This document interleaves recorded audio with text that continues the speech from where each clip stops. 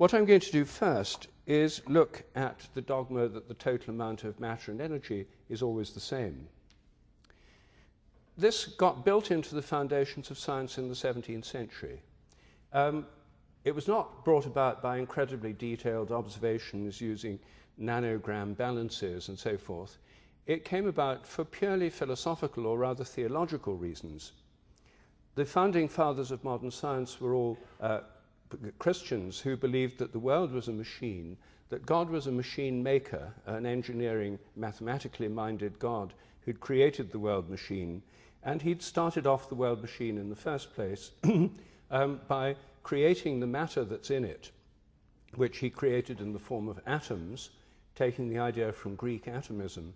And these atoms, by definition, couldn't be destroyed. They couldn't be broken up.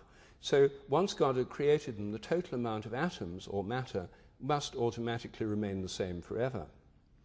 And God also endowed the universe with a certain quantum of movement or force, which started it in motion, and thereafter, because this God-given force couldn't be changed by anything else, the amount remained the same. So the principles of conservation of matter and energy were built into science from the outset, not on the basis of detailed measurements. They've served as useful accountancy principles ever since, but they were formulated more rigorously in the mid-19th century in the law of conservation of matter and energy and in the first law of thermodynamics. So it was assumed that that was the end of the matter and that they were fixed forever. And most people take that for granted today. They've learned it in high school and they never see any reason to question it. This was the dogma of science which I myself didn't question until quite recently. I'd questioned all the others, but it was only when I was writing this book that I thought I should look at this one. And I actually rather wanted it to turn out to be true, because I thought if I said that all 10 dogmas of science were false, it might sound a bit biased. So I thought it would be quite nice if one of them held up, and I thought this was the best candidate.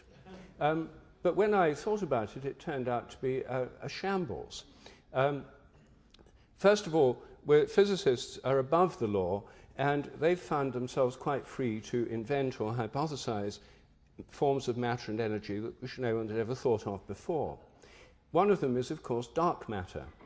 Observations of galaxies and the way that stars moved within them, and also the ways that galaxies interact with each other, suggested that the galaxies, if they were to be explained in terms of gravitation, simply wouldn't work.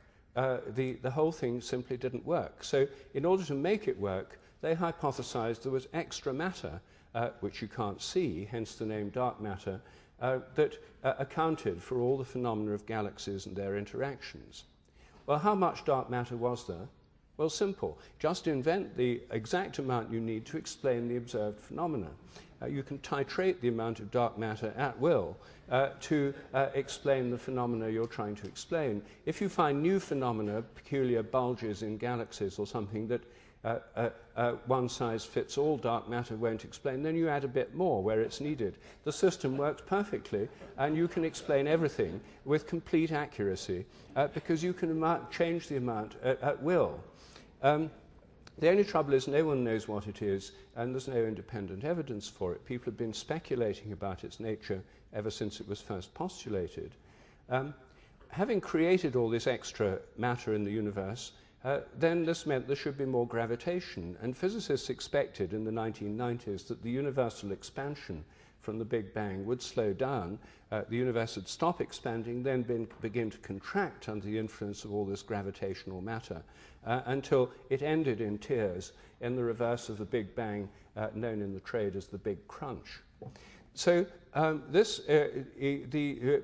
in the late 1990s people observed that the universe appeared to be accelerating because of red shifts in distant quasars and so on, in galaxies, then there was the problem, how do you explain this acceleration?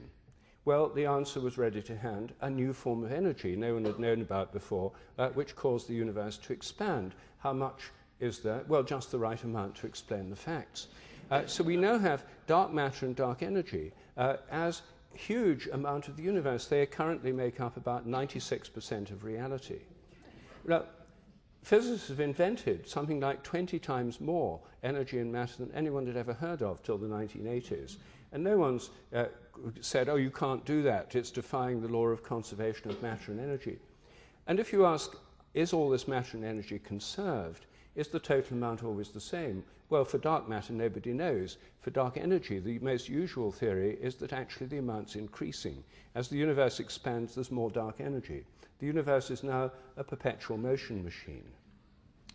So the idea it's all rigorously conserved doesn't really make much sense in those terms.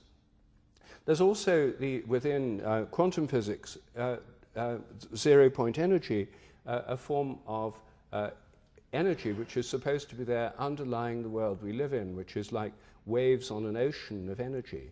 And there's huge amounts of it. The amount in a teaspoon would be enough to power the United States for years.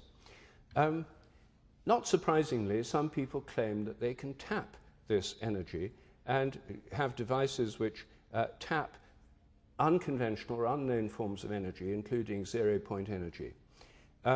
If you go online, you'll find there are many people who claim to have above-unity devices, machines that produce more energy than you put into them. Well, these are immediately banned from regular science because they violate the first of science's taboos established by Galileo in the early 17th century, the taboo against perpetual motion machines. This taboo long predated the laws of thermodynamics, and it's one of the most deep-seated taboos in science. So things like cold fusion or above-unity devices or free energy devices, whether they're based on zero-point energy or peculiar electromagnetic effects or parametric resonance or the various other theories that are used to explain them, are totally beyond the pale. Nevertheless, people claim they've got them and they exist. If they do exist, of course, it would totally transform the world economy and the world energy situation.